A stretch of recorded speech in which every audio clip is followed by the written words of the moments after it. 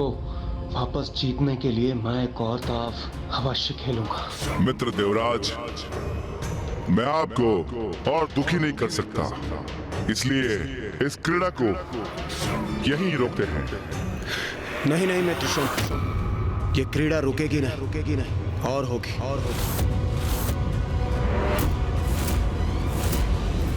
इंद्रदेव एक और दांव चलने का आग्रह अवश्य कर रहे हैं, किंतु नीति अनुसार आपको भी कुछ और दांव में लगाना होगा। हाँ, जो ऐरावत से भी अधिक मूल्यवान हो आपके लिए। ऐरावत से अधिक मूल्यवान? कल्पवृक्ष।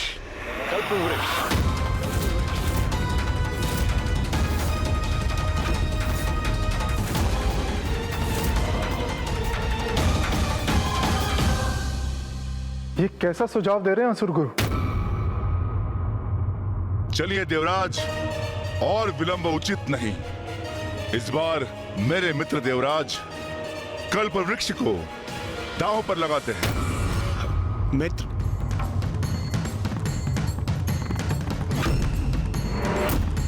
इस दांव में विजयी होने के लिए आपको 6 और मुझे 9 अंक चाहिए।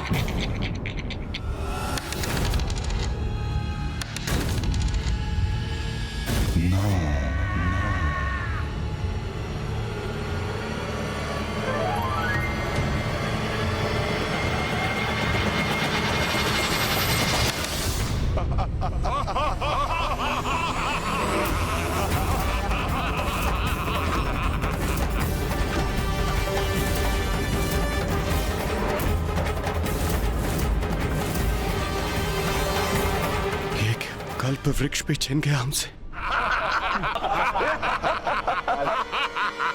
भतनशुम, ये क्या कर रहे हो तुम? ये सर्वथा अनुचित आचरण है। अपने मित्रों की पराजय पर उत्साहित होकर तुम सब प्रसन्न हो रहे हो। तुम सबको लज्जा आनी चाहिए अपने इस दुर्व्यवहार पर। तुम देख नहीं रहे मेरे मित्र देवराज कितने दुखी हैं अपने इस पराजय पर, कितने उदास है।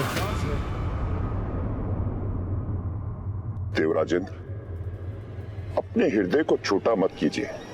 ये तो कीड़ा ही ऐसी है, जय पराजय तो लगी रहती है। नहीं नहीं देवराज, ये उचित नहीं। जो हुआ सो हुआ। मुझे आपसे कल्प वृक्ष नहीं चाहिए। हम अपने मित्रों के प्रति बड़े उदार हैं और उन्हें दुखी नहीं देख सकते। ये क्या कह रहे हैं आप असुर महानायक शुंभ? अवश्य ही आप कोई चाल चल रहे हैं। आप कल्पवृक्ष क्यों नहीं स्वीकार करेंगे? इस दांव पर आप विजयी रहे हैं, तो आपको कल्पवृक्ष तो स्वीकार करना ही चाहिए। अथवा आप सशंकित हैं? यदि देवराजेंद्र अगले दांव में विजयी रहे तो आपको हम सुंदरियों को गंवाना पड़ेगा, है ना? यही सोच रहे हैं ना आप? किंतु हमारा हृदय कह रहा है कि अगला दांव देवराज का ही होगा। तब आप कहेंगे कि आपने कल्पवृक्ष नहीं लिया तो देवराज इंद्र आपकी सुंदरियों को छोड़ दें, है ना? हमने आपकी चाल पकड़ ली। हमें स्वर्ग जाने से रोकने की योजना है ना?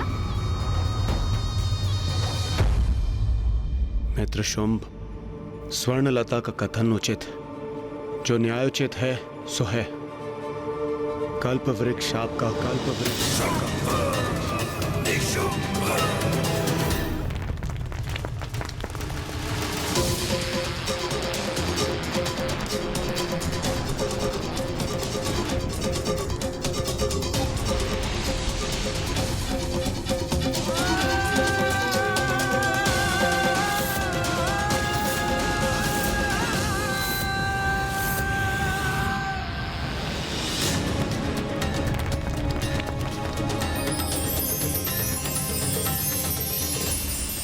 जो हुआ सो हुआ, किंतु अब मैं इन असुरों को उस सब का आनंद लेने कदापि नहीं दूंगा जिस पर केवल मेरा अधिकार है। असुर महानायक शुंभ, चलिए एक और दाव लगाते हैं। देवराज, आप ये क्या कर रहे हैं? क्यों मित्र शुम, एक और दाव लगाने के लिए तैयार हैं आप? देवराज, आपके मुख और नेत्रों में इतना क्रोध, मुझसे कोई भूल हुई क्या? मित्र शुंभ, मेरे नेत्रों में जो अग्नि है वो एक प्रतिद्वंदी की है, किंतु मुझे आपके नेत्रों में दया दिखाई दे रही है। प्रतीत होता है आप मुझे कोई साधारण हारा हुआ देवता समझ बैठे हैं। भूलिए मत, इंद्र हूं मैं, देवराज इंद्र। स्मरण रहे, यदि भाग्य ने आरंभ में मेरा साथ दिया है तो पुनः भी अवश्य मेरा साथ देगा। चलिए। भाग्य ने नहीं इंद्रदेव, मेरे छल कपट ने तुम्हारा साथ दिया है, किंतु अब वह असुरों के साथ है। तुम केवल इसी प्रकार देवराज होने का घमंड करते रहो और एक एक चाल चलते रहो, क्योंकि तुम देवताओं को तुम्हारे समस्त निधियों से रिक्त और वंचित करना ही हमारा अंतिम उद्देश्य है। मित्र देवराज, अब मुझे आपकी विजय पर इतना विश्वास है, मैं कल्पवृक्ष और ऐरावत के साथ साथ अपनी सारी सुंदर स्त्रियों को दांव पर लगाता हूं। यही अंतिम अवसर जब मैं अपना गवाया हुआ सब कुछ पुनः पा सकता हूं। अब तो आप प्रसन्न है ना? देवराजेंद्र, ये क्या कह रहे हैं आप? माना कि अपार सौंदर्य इन सुंदरियों का, किंतु स्वर्ग का धन धान्य अमूल्य है, इसलिए सावधान रहिएगा। अब आप और क्या दांव पे लगाएंगे देवराज इंद्र? कामधेनु।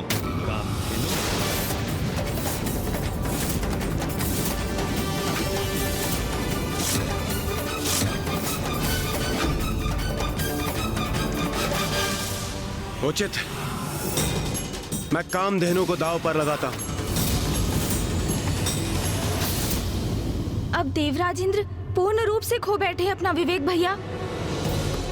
माता कामधेनु को दांव पे लगा रहे हैं। हाँ गणेश, द्रुत क्रीड़ा की लत लग गई है अब उन्हें। वो एक ऐसे दलदल में प्रवेश कर चुके हैं गणेश, जहाँ से निकलना अत्यंत कठिन है। मैं उनके नेत्रों में क्रोध देख रहा हूँ। शुंभ से पराजित होकर उसे पराजित करने की इच्छा से उपजा क्रोध, उससे और अधिक जीतने की ईर्ष्यापूर्ण इच्छा, असहाय होकर पुनः सब कुछ प्राप्त कर लेने की आशा, और इन सभी नकारात्मक भावनाओं से प्रेरित होकर वो अपनी बुद्धि और विवेक दोनों ही खो चुके हैं।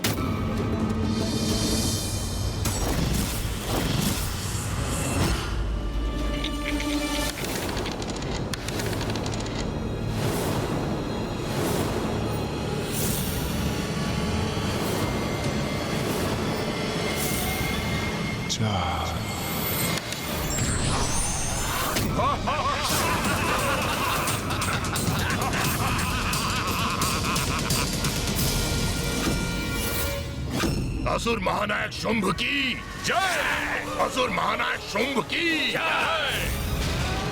इंद्रदेव, आपने माता कामधेनु को गवा दिया।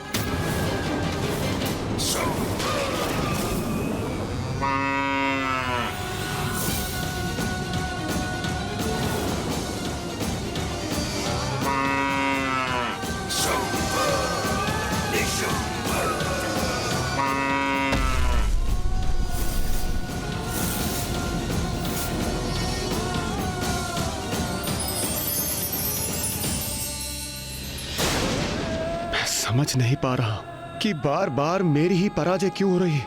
भाग्य अब मेरा साथ क्यों नहीं दे रहा। प्रतीत होता है अब ये क्रीड़ा संपन्न हो गई। मुझे कितनी आस थी देवराज आपसे, किंतु आपने मुझे निराश कर दिया।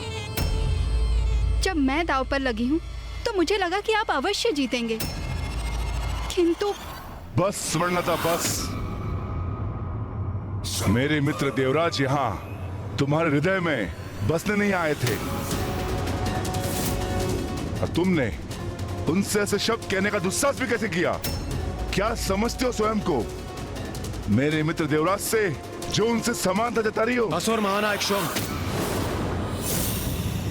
उचित होगा आप अपना क्रोध, अपना द्वेष स्वर्णलता पर नहीं, चौसर के अगले दांव पर निकालें।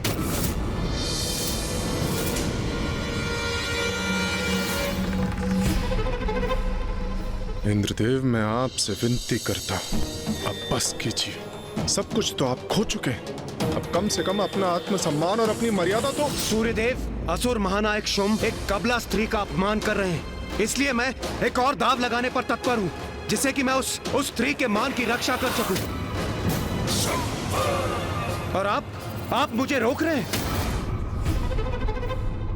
इंद्रदेव, आप इस क्रीड़ा में इतने डूब गए कि उसके मिथ्या कारण ढूंढ रहे हैं।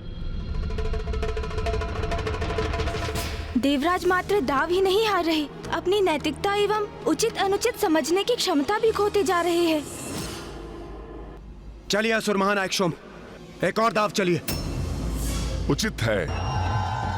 इस बार मैं और भी बड़ा दाव लगाता हूं। यदि इस बार आप विजयी हुए तो ऐरावत, कामधेनु और कल्प वृक्ष के साथ साथ आप उन सभी के अधिकारी होंगे जो आप मुझसे जीत चुके हैं। और इसके साथ मैं स्वर्णलता के पांव पर गिरकर क्षमा याचना करूंगा। अब आप कहिए, आप क्या दांव पर लगाएंगे देवराज?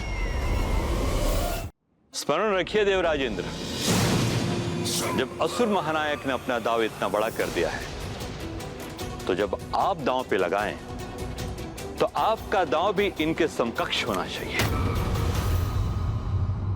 अब ऐसा क्या है उनके पास गणेश? मेरे अनुसार अब देवराज के पास और कुछ भी नहीं है दांव लगाने के लिए। भैया, एक वस्तु अभी भी शेष है, और मैं तो यही मना रहा हूँ कि शुंभ और असुर गुरु शुक्राचार्य देवता से वो ना मंगा लें।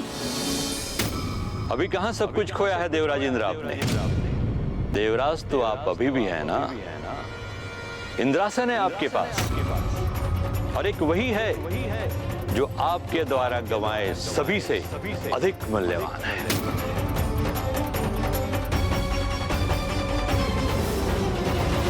तो इस बार इंद्रासन पर दांव लगाइए।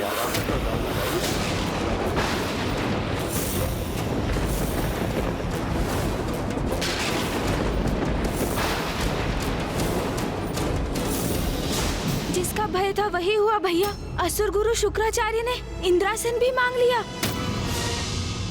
देवराज, अभी भी रुक जाइए, अभी भी समय है। इस क्रीड़ा में और आगे जाने की कोई आवश्यकता नहीं। विनती है मेरी आपसे, अभी भी पीछे हट जाइए। स्वर्णता,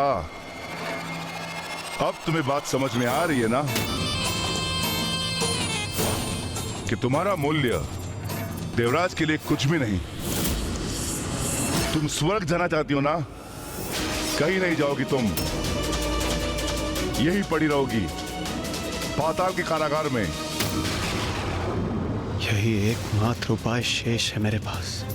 यदि मैं ये दाव नहीं चलता हूं तो सूर्यदेव और अन्य सभी देवता मुझे अन्य सभी कुछ खोने का दोष तो वैसे भी दे ही देंगे। इसलिए मुझे एक और दाव खेलना ही होगा, और इस दाव से मैं देवताओं, असुरों और स्वर्णलता की दृष्टि में अपनी प्रतिष्ठा, अपना सम्मान पुनः स्थापित कर सकता हूं। मुझे स्वीकार, मुझे स्वीकार, मुझे स्वीकार। मैं इंद्रासन दाव पर लगाता हूं, मैं इंद्रासन दाव पर लगाता हूं, मैं इंद्रासन दाव।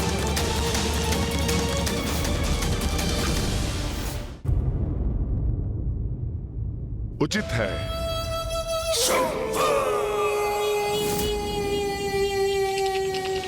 इस दाव में विजय प्राप्ति के लिए आपको 3 और मुझे 6 का अंक चाहिए।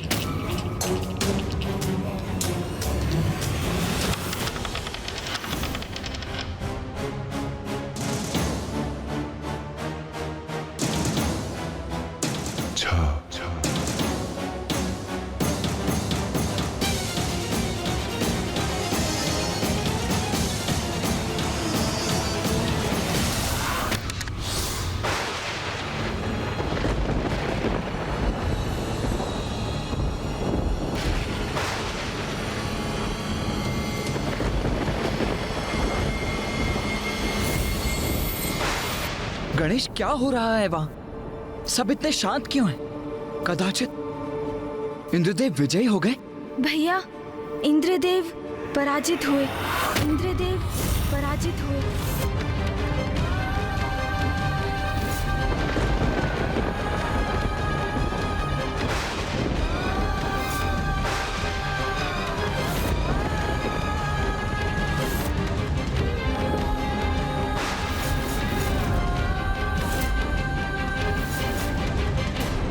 ये आप क्या कर बैठे देवराजेंद्र?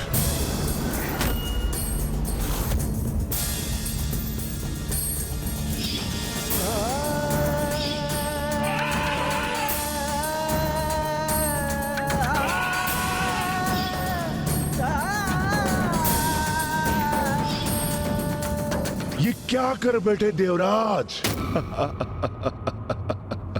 अपना सब कुछ गंवा चुके आप। यहां तक कि इंद्रासन भी। किंतु अब इन्हें देवराज पुकार कर देवराज शब्द का अपमान मत कीजिए। अब ये देवराज नहीं रहे। इनके हाथ से इंद्रासन जा चुका है। मैंने छीन लिया इनका इंद्रासन। स्वर्ग का देवराज मैं बन गया हूं, असुर महानायक शुंभ।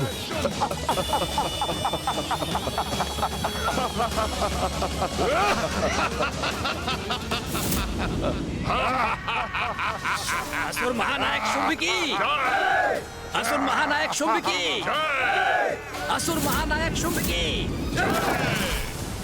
महाराज शुंभ, ये देवता अपना सर्वस्व गंवा चुके हैं।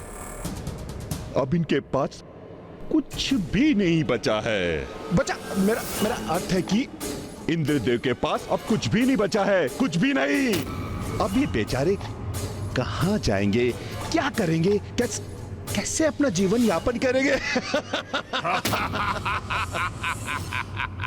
अरे रे मित्र, आप तो विचलित होकर चिंता में डूब गए, परंतु डूबा तो मैंने दिया ना आपको। ना आपके पास पद रहा, न निवास, किंतु मैं आपका मित्र हूं और मैं आपको दर दर की ठोकरें खाने पर विवश नहीं करूंगा। मैं असुर महानायक शुंभ और देवराज होने के नाते आपके लिए एक उचित स्थान नियत करूंगा। क्या होगा इनका उचित स्थान? हाँ, यमलोक, यमलोक, यमलोक, यमलोक, यमलोक।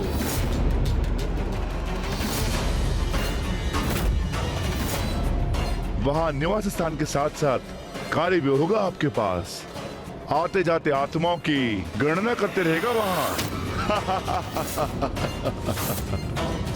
क्योंकि स्वर्ग और पाताल दोनों पर मेरा इस असुर महानायक शुंभ का अधिकार है।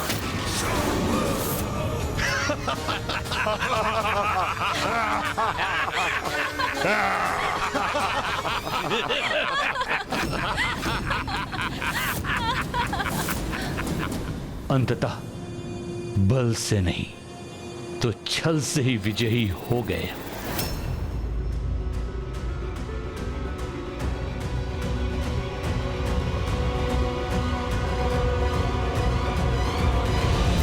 मित्रवर, ये कैसा व्यवहार है आपका? अब तक तो आप मुझे मित्र मित्र कहकर संबोधित कर रहे थे, फिर ये अब कैसा मित्र? कहां का मित्र?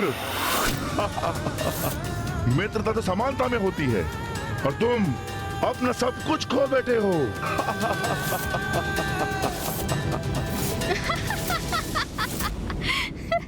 अरे देवराज इंद्र, असुर महानायक शुंभ उचित ही तो कह रहे हैं। अंततः मित्रता समानता ढूंढती है और आप यहाँ अपना सब कुछ गंवाकर निर्धन होकर इनके सेवकों से भी निम्न हो चुके हैं।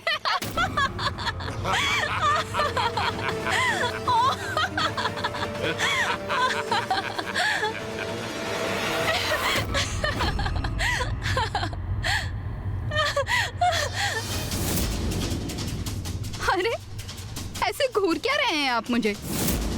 मैंने आपको देखकर तनिक मुस्कुरा क्या दिया और आप मेरे पीछे पीछे यहाँ तक पहुँच गए। कैसे पुरुष हैं आप। जिस व्यक्ति का स्वयं पर कोई नियंत्रण नहीं, वो देवराज के पद पर स्थित रहने के योग्य नहीं।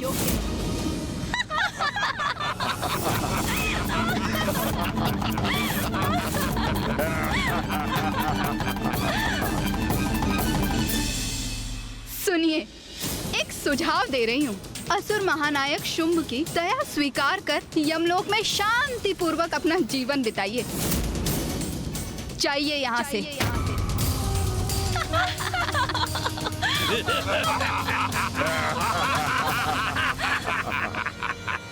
मित्रता नहीं, मित्रता के ढोंग में छल किया है इन असुरों ने मेरे साथ, और मैं उसमें फंसता ही चला गया।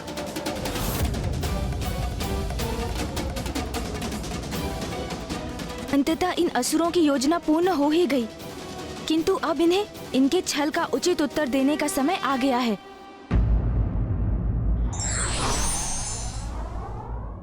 लालच और मोह व्यक्ति से सर्वस्व छीन लेता है। असुर गुरु शुक्राचार्य, आप ये सब कुछ होते देखकर शांत कैसे रह सकते हैं? कैसे स्वीकार कर सकते हैं आप इसे? वैसे ही जैसे आप मेरे शिष्य असुरों पर होते हुए अत्याचार देखते हुए चुप्पी साध लेते हैं। जो हुआ ठीक ही हुआ। आज के बाद स्वर्ग और पाताल दोनों पर असुरों का आधिपत्य होगा। संसार में स्वर्ग और पाताल का भेद ही मिट जाएगा। असुर महानायक शुंभ, असुर महानायक शुंभ, असुर महानायक शुंभ।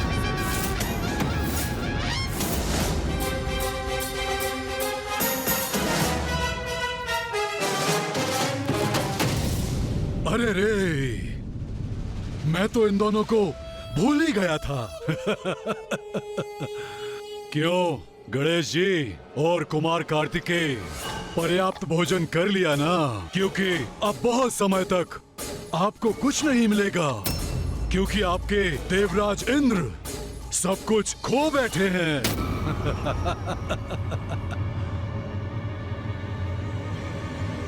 ये नवीन असुर महानायक इतने मूर्ख होंगे ये ज्ञात नहीं था मुझे गणेश। तूने महाराज शुंभ को मूर्ख कहने का दुस्साहस कैसे किया? अरे मूर्खता करेंगे तो मूर्ख ही कहलाएंगे ना। अब इसमें साहस दुस्साहस कहाँ से आ गया? आप जो भी कहना चाहते हैं स्पष्ट कहिए गणेश जी। उचित है तो आप स्पष्ट शब्दों में ही सुनिए। इंद्रासन पर अधिकार कर आपने ये कैसे सोच लिया कि अब इंद्रदेव के पास दांव लगाने के लिए कुछ भी शेष नहीं? ये क्या कह रहे हैं गणेश जी? अब क्या शेष है इंद्रदेव के पास? अभी ये क्रीड़ा संपन्न नहीं हुई। असुर महानायक शुंभ, अभी तो बहुत कुछ होना शेष है। अब कुछ शेष नहीं, सब कुछ समाप्त हो चुका है। मैंने इन देवताओं से इनका सब कुछ छीन लिया है, किंतु तुम्हें इसका भान कैसे होगा? क्योंकि हमने तुम्हें भोजन में व्यस्त रखा था। आपकी अज्ञानता चकित कर रही है मुझे। कदाचित आपको हमारी क्षमताओं का कोई भान नहीं है। कहां क्या हो रहा है ये ज्ञात करने के लिए मुझे अथवा मेरे अनुज को वहां उपस्थित रहने की आवश्यकता नहीं है। हमें भली भांति ज्ञात है कि इंद्रदेव चौसर की क्रीड़ा के उन्माद में ऐरावत, कल्प वृक्ष और यहाँ तक कि माता कामधेनु के साथ साथ इंद्रासन पद को भी गवा चुके हैं। ओह, ज्ञानी हो तुम दोनों। तो बताओ, जब देवराज पद ही चला गया तो क्या बच गया इंद्रदेव के पास? उनकी मूर्खता के सिवाय, जो हमारे छल में बार बार फंसते ही चले गए। हमारे मित्र नहीं, हमारे परम शत्रु। ये देवता हम असुरों से मित्रता करेंगे? महानायक शुंभ, ये देवता कदाचित उचित कह रहे हैं। अभी भी इनके तन पर शेष आभूषण बचे हैं। हाँ, वो तो शेष है इनके पास। इन्हें इनसे भी वंचित कर देना चाहिए। हम यमलोक में आभूषणों का क्या लाभ। इतना अपमान हो रहा है देवताओं का, किंतु पार्वती नंदन गणेश जी पूर्णतः शांत है, तनिक भी विचलित नहीं। उनकी इस निश्चिंतता का क्या कारण, क्या है इनका रहस्य? बुरे कर्मों का परिणाम तो देवताओं को भी भुगतना होता है। फिर तुम तो मात्र एक असुर हो शुंभ। अपनी शक्ति और बुद्धि का जितना अभिमान करोगे, उतना ही भयानक दंड भी भुगतोगे। ऐसे टुकुर टुकुर देखकर मेरा समय व्यर्थ मत करो। उत्तर दो मेरे प्रश्नों का। इंद्रासन से बढ़कर इनके पास क्या हो सकता है? कुछ नहीं, सिवाय हमारी भिक्षा के, हमारी भिक्षा के, हमारी भिक्षा के। क्यों असुर गुरु शुक्राचार्य? कोई गुप्त दांव अभी भी शेष अवश्य है, अन्यथा ये दोनों यहाँ इस प्रकार नहीं खड़े होते। किंतु क्या है वो? असुर गुरु शुक्राचार्य, बहुत बड़ी चूक कर बैठे हैं आप, जिसकी अपेक्षा मुझे आपसे कदापि नहीं थी। क्योंकि जो योजना आपने गढ़ी थी, उसमें तो एक बहुत बड़ी कमी रह गई। कमी रह गई हमारी योजना में? नहीं महादेव पुत्र गणेश जी, कदाचित आप देवताओं के पराजय को स्वीकार नहीं कर पा रहे हैं। वास्तविकता से संपर्क बनाइए। ये देखिए, हम असुर विजयी हुए हैं, तो फिर किस कमी की बात कर रहे हैं आप गणेश जी? असुर गुरु, कभी कभी अति उत्साह में व्यक्ति सबसे मुख्य बात भूल जाता है। वही आपके साथ भी हुआ। प्रथम दाव में ही इंद्रदेव से आपको उनका पद छीन लेना चाहिए था, तो ऐरावत, कल्पवृक्ष, माता कामधेनु स्वतः ही आपके हो जाते। किंतु आपने ऐसा नहीं किया, क्योंकि आपका ध्यान तो इन सभी पर था, जिनके लोभ में आप देवताओं की सबसे अमूल्य निधि भूल गए। क्या कह रहा है ये गजमुख? ऐसा क्या है जो असुर गुरु भी भूल गए? ऐसी कौन सी निधि है देवताओं की जिससे हम अब भी वंचित हैं? एक ऐसी निधि असुर गुरु शुक्राचार्य, जिसके कारण आपके निरंतर कुशल मार्गदर्शन के पश्चात भी यह असुर कभी भी देवताओं को पराजित नहीं कर सके।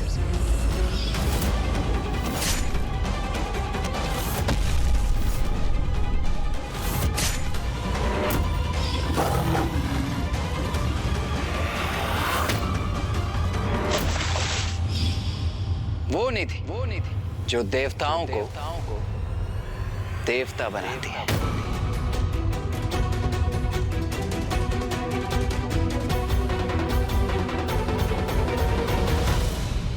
ओह, अब मैं समझा। अमृत।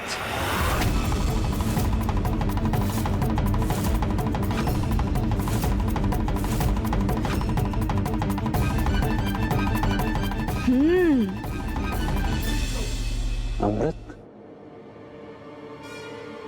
उचित कहा कुमार कार्तिकेय, अमृत अभी भी सुरक्षित है। हाँ, अमृत असुर गुरु शुक्राचार्य, अमृत। उस पर तो अभी भी हमारा ही अधिकार है। गुरुवर, ये क्या कह रहे हैं? क्या अर्थ है इनका? इसका अर्थ मैं तुम्हें समझाता हूं शुंभ। सब कुछ प्राप्त कर लेने के बाद भी तुम कितना अधिक जियोगे? 1 सहस्त्र, 2 सहस्त्र और अधिक से अधिक 4 सहस्त्र वर्ष। किंतु उसके पश्चात एक दिवस तो ऐसा अवश्य आएगा जब आपको मृत्यु के मुख में प्रवेश करना होगा असुर महानायक शुंभ। और फिर आपकी मृत्यु के पश्चात सभी कुछ पुनः देवताओं को प्राप्त हो जाएगा, क्योंकि उनकी मृत्यु तो असंभव है। वो अमृत के कारण अमर है ना देवता। ये कैसा अनर्गल प्रलाप है? इंद्रासन मैंने प्राप्त किया है, तो अमृत भी मेरा ही हुआ। नहीं असुर महानायक शुंभ, अमृत पर एकमात्र देवराज का ही नहीं, अन्य देवताओं का भी समान अधिकार है। देवराज होने के नाते वो मात्र इसके संरक्षक है। अनेकों बार शक्तिशाली असुरों के अनेकों प्रयास के बाद भी असुर अमृत प्राप्त नहीं कर सके, वो देवताओं के समान अमर नहीं हो सके। तो गुरुवर, आप बताइए कि इस अमृत को कैसे प्राप्त करें हम? अरे, आपने ध्यान से सुना नहीं? असुर गुरु ने क्या कहा?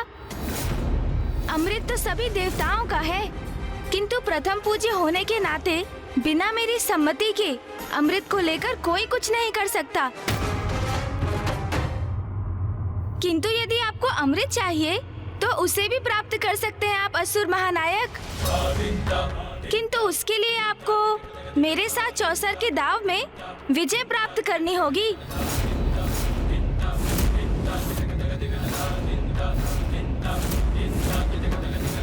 तो क्या कहते हैं आप? मेरा प्रस्ताव स्वीकार है आपको?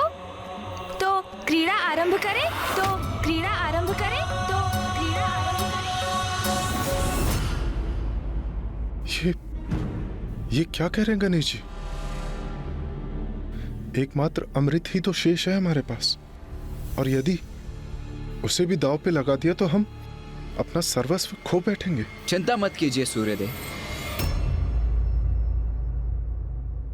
गणेश को भली भांति ज्ञात है कि वो क्या करने जा रहा है।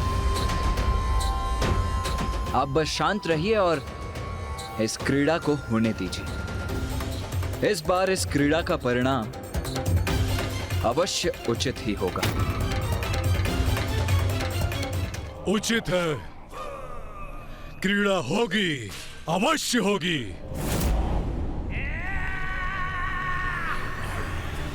सब कुछ गंवाने के पश्चात भी गणेश जी अमृत दांव पे लगाने के लिए आतुर हैं। क्या मंशा हो सकती है इसमें उनकी? अवश्य कोई न कोई चतुराई होगी उनकी, किंतु अमृत के बिना हमारी विजय भी तो अधूरी है। क्रीड़ा अवश्य होगी, किंतु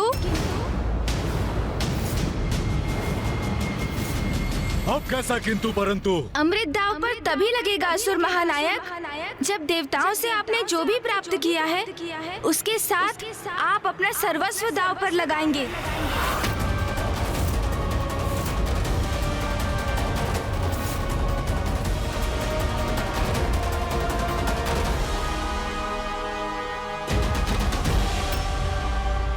मुझे स्वीकार है। जब आपको हमारी शर्त स्वीकार है तो विलंब क्यों? आरंभ करते हैं। अवश्य, इस आरंभ में ही तुम्हारा अंत है।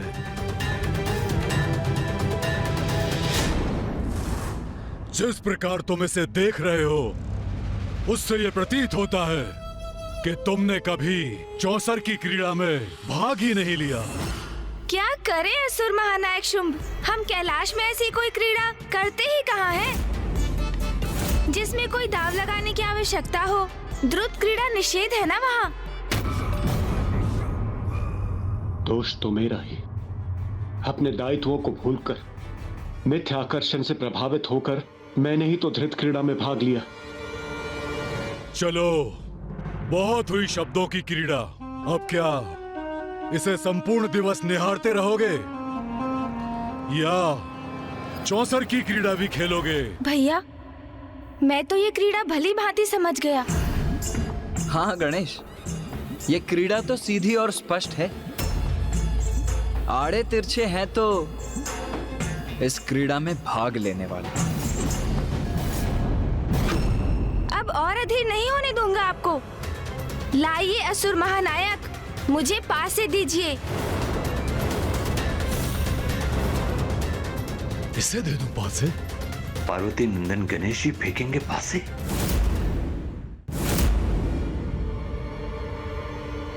संकोच मत कीजिए, मुझे दीजिए पासे। पासे तुम्हें क्यों दूं? पासे तो मैं ही फेंकूंगा, जैसे मैं अब तक करता आया हूँ। वो नियम तो पूर्व में था, और ये स्थिति आपके पास है फेंकने का ही तो परिणाम है। ये एक नवीन और भिन्न दांव है। इसीलिए यदि इसमें पासे गिरेंगे तो प्रथम पूज्य गणेश के हाथों से। यदि आपको स्वीकार है तो आरंभ करते, अन्यथा कोई बात नहीं, अमृत हम देवताओं के पास ही रहेगा फिर।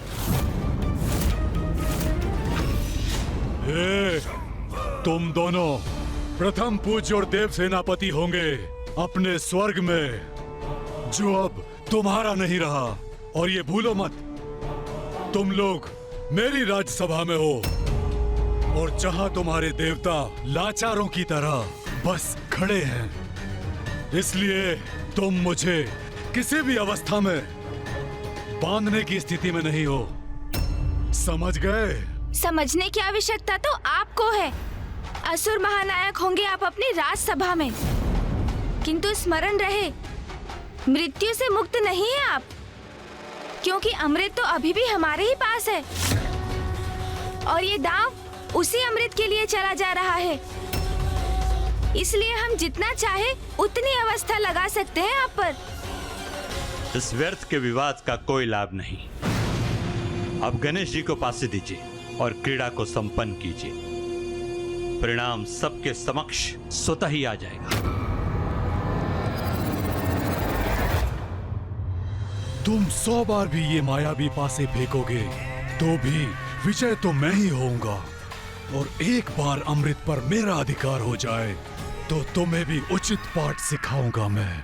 कुमार कार्तिकेय ने हमें शांत रहने के लिए कहा, तो मैं अभी बहुत चिंतित हूं। गणेश जी किसी प्रकार हमें इस विकट स्थिति से निकाल दे, बस इतना ही चाहता हूं। ये विकट स्थिति जो आपने उत्पन्न की है, मैं अपनी भूल के लिए कितनी भी क्षमा क्यों न मांग कम, किंतु जो भूल मुझसे हुई, मैं नहीं चाहता कि वो भूल पुनः हो। मैं तो बस इतना चाहता हूं कि अमृत हमारे हाथ से ना जाए।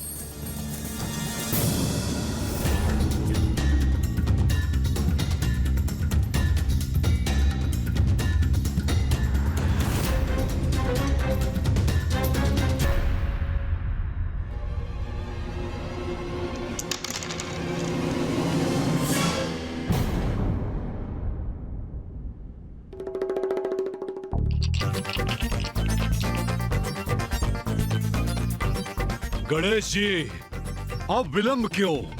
आरंभ करो। क्या हुआ गणेश? दांव चलो, फेंको इन्हें। वो भैया, चौसर की क्रीड़ा का अभ्यस्त ही कहा हूँ मैं, कभी इसमें भाग ही नहीं लिया, और उस पर इतना बड़ा दांव अमृत का, उसके विचार से ही थोड़ा विचलित हो रहा हूँ भैया। अरे चिंता मत करो गणेश, बस पासों को ऐसे हाथ में लो, ऐसे घुमाओ और फेंक दो।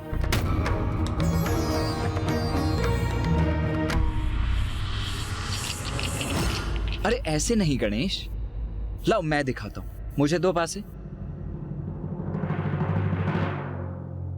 असुर गुरु, यदि आपको कोई आपत्ति ना हो तो मैं गणेश को दिखा दूं कि पासे कैसे फेंके जाते हैं। अवश्य, मुझे कोई आपत्ति नहीं, अपितु प्रसन्नता होगी कि महादेव पुत्र प्रथम पूज्य गणेश जी को अभी भी कुछ सीखना शेष है।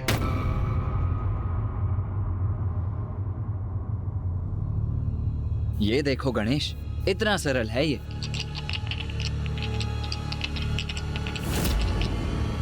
ये पासे हाथ में लिए और यथाशक्ति फेंक दिया। ओह, ये क्या हो गया मुझसे? मुझे क्षमा कर दीजिए, मुझे आपको आहत करने का कोई आशा नहीं था। आप कहीं आहत तो नहीं हुए ना? गणेश और मैंने कभी पासे फेंके नहीं है, तो अभ्यास नहीं है। इसलिए मैंने कहा था पासे मैं फेंकूंगा। अब दो पासे अपने भ्राता को और इस क्रीड़ा को संपन्न करो।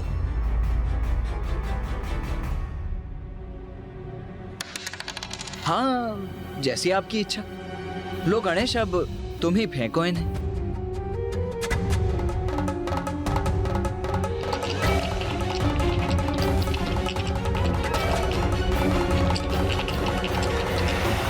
अब क्या हुआ? क्यों रुक गए? वो शुंभ जी, यदि मैं एक आध दाव अभ्यास कर लूं, तो आपको कोई आपत्ति तो नहीं ना? अभ्यास का एक दाव? हाँ, वो मैं सोच रहा था, मैं प्रथम बार ये चौसर का दाव चल रहा हूँ ना, तो इस क्रीड़ा को भली भांति समझने के लिए यदि एक आध दाव अभ्यास कर लेता तो अच्छा होगा ना। अमृत का दाव इसके पश्चात कर लेते हैं ना? नहीं गणेश जी, अमृत का दाव इसी बार लगेगा, यही निश्चित किया था आपने। असुर गुरु शुक्राचार्य, इंद्रदेव को तो आपने इतनी बार बिना कुछ दांव पर लगाए क्रीड़ा करने की छूट दी थी। उनके साथ तो क्रीड़ा के आरंभ में असुर महानायक शुंभ जी ने बिना किसी वस्तु को दांव पर लगाए क्रीड़ा की थी, तो मेरे साथ भेदभाव क्यों? वैसे मैं ये नहीं कह रहा हूँ कि इस बार किसी भी वस्तु को दांव पर ना लगाया जाए, बस अमृत का निर्णय अगले दांव में हो। तुम्हारे पास बचा ही क्या है जो तुम दांव पे लगा सकते हो? सब कुछ तो मेरा हो चुका है, मेरा। वो तो हम तब आपको बताएंगे जब आप इस दांव में मुझे अभ्यास करने की अनुमति देंगे। उचित है, एक बार आप अभ्यास कर लें, फिर अमृत। लो, गुरुदेव ने अनुमति दे दी है, तो बताओ क्या लगाओगे दांव पर?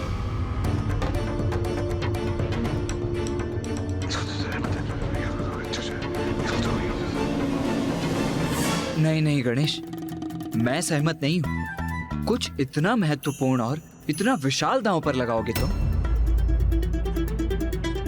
इस पर एक बार पुनः विचार कर लो अनुज। जो दांव पर लगेगा वो महत्वपूर्ण और विशाल है, अच्छा है, बहुत अच्छा है। मैं निर्णय ले चुका हूँ। हमारी ओर से अभ्यास हेतु मैं दांव पर लगाता हूँ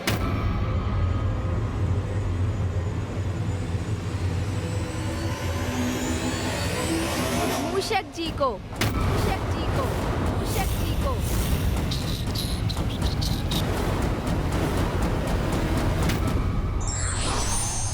छल करने वाले को उत्तर अवश्य देना चाहिए, किंतु छल से नहीं, अपितु बुद्धि और युक्ति से। धार्मिक वीडियो सबसे पहले देखने के लिए हमारे चैनल को सब्सक्राइब करें और बेल आइकन दबाएं।